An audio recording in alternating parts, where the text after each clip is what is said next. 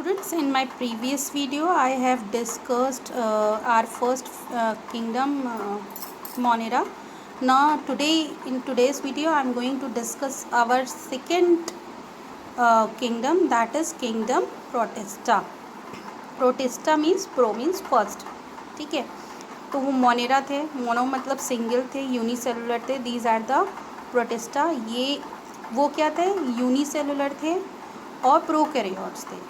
ठीक है, ये सब क्या है, ये यूनिसेलुलर हैं और साथ साथ ये हैं यूकैरियोट्स. आप देखिएगा जो इवोल्यूशन की थ्योरी है किस तरीके से, पहले वाले यूनिसेलुलर थे और प्रोकैरियोट्स थे, यानी कि उनमें न्यूक्लियर मेम्ब्रेन और न्यूक्लियस वेल डिफाइंड न्यूक्लियस नहीं था.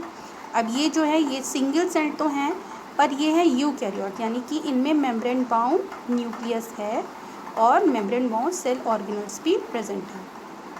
ठीक है, तो let's discuss about them. What is kingdom Protista? Okay, all single celled eukaryotes are placed under the Protista, but the boundaries of this kingdom are not well defined. क्या मतलब इसका, ये जो सिंगल सेल्ड यूकैरियोट्स हैं ये क्या है, protista हैं, पर अभी तक इनकी पूरी बाउंड्रीज़ को हम वेल डिफाइन नहीं कर सकते क्योंकि अभी हमें सारे प्रोटिस्टेंट्स के बारे में अच्छी तरीके से नहीं पता है.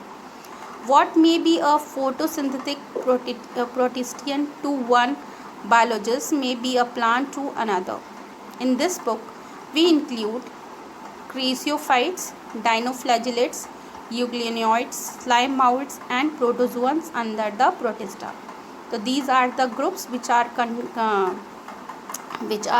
there in under the kingdom Protista. ठीक है, members of Protista are primarily aquatic. अब इनकी हम जनरल कैरेक्टरिस्टिक्स देख रहे हैं. जो मेंबर्स हैं प्रोटिस्टा के वो क्या है, प्राइमरली एक्वेटिक है, ज़्यादातर एक्वेटिक यानी पानी में पाए जाते हैं. This kingdoms form a link with the others dealing with plants, animals and fungus. ये जो प्रोटिस्टियंस हैं ये एक तरीके का लिंक है. ठीक है, मोनेरेंस और प्लांट्स, एनिमल्स और फंगस के बीच में.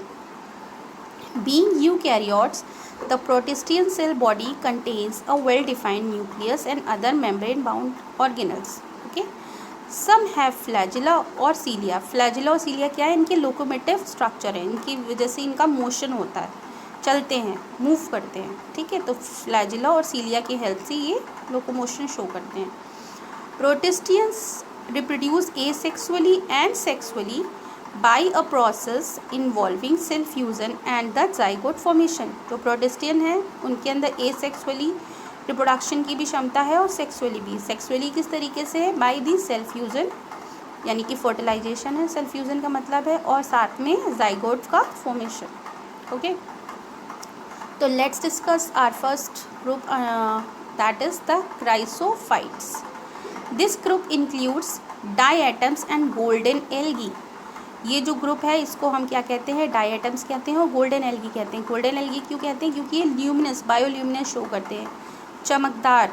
जब लाइट, ये इनकी स्किन से लाइट ओरिजिनेट होती है तो गोल्डन कलर शो करते हैं. That is why they are also called as the golden algae. Okay, they are found in the fresh water as well as the marine environment. ये fresh water में भी पाए जाते हैं, साथ साथ में समुद्री इन्वायरमेंट में भी पाए जाते हैं, समुद्र में भी पाए जाते हैं. They are microscopic and float passively in water current like the planktons. ये कैसे हैं, माइक्रोस्कोपिक होते हैं, माइक्रोस्कोप के थ्रू ही आप उन्हें देख सकते हो, और ये वाटर करेंट्स में पैसिवली फ्लो करते हैं. ठीक है, जैसे कि प्लैंक्टॉन्स फ्लो करते हैं. ठीक है, most of them are photosynthetic. इनमें ज़्यादातर क्या होते हैं, फोटोसिंथेटिक होते हैं. क्यों, due to the presence of the chlorophyll. In diatoms the cell walls forms the two thin overlapping shells. जो डायटम्स होते हैं इनमें जो है सेल वॉल्स होती हैं, दो सेल वॉल होती हैं जो कि एक दूसरे के ऊपर ओवरलैप रहती है, एक दूसरे के ऊपर रखी रहती है, जैसे कि सोप बॉक्स आपने देखा होगा, बंद करने वाला जो सोप बॉक्स होता है. ठीक है, या जो मम्मी लोग गुजिया बनाती हैं तो गुजिया के ऊपर वाला है ना. The walls are embedded with the silica and thus the wall are indestructible. जो इनकी walls होती हैं वो किससे बनी होती हैं, सिलिका से बनी होती हैं, इसलिए ये indestructible होती है, यानी जल्दी से टूटती नहीं है.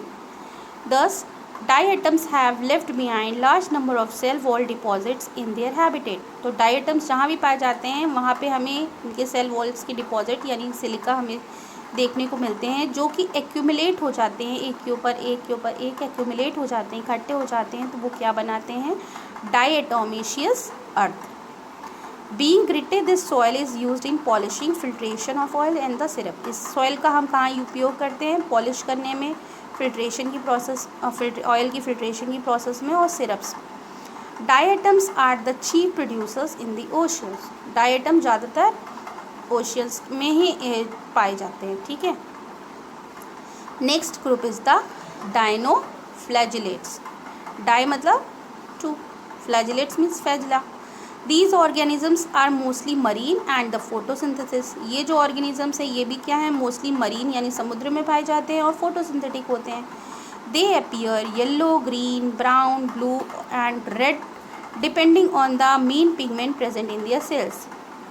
इनका जो कलर्स होते हैं ये कलरफुल होते हैं, येलो, ग्रीन, ब्राउन, ब्लू और रेड कलर के होते हैं। क्यों? क्योंकि इनमें जिस तरीके के पिगमेंट पाए जाते हैं इनके सेल्स में उसी कलर का इनका स्ट्रक्चर होता है। The cell wall has a stiff cellulose plates on the outer surface. इनकी जो सेल वॉल होती है उसमें सेलुलोज की प्लेट्स पाई जाती हैं इनकी ऊपर की सतह में।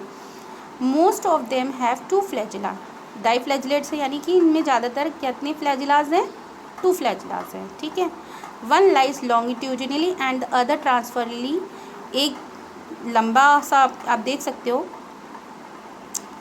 एक लंबा सा पीछे की तरफ है, ठीक है, और एक आगे की तरफ या उसके साइड की तरफ होता है, ठीक है।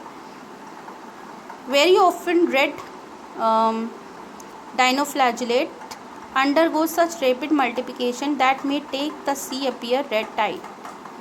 ज़्यादातर कब क्या होता है, जब ये ज़्यादा उपस्थित होते हैं या ज़्यादा डाइनोफ्लैजिलेट्स होते हैं तो ये रेड कलर का अपीयरेंस देखते हैं। तो इससे हमें जो सी का कलर होता है वो किस तरीके का दिखता है, रेड कलर का, उसको हम क्या कहते हैं, रेड टाइड्स। टॉक्सिन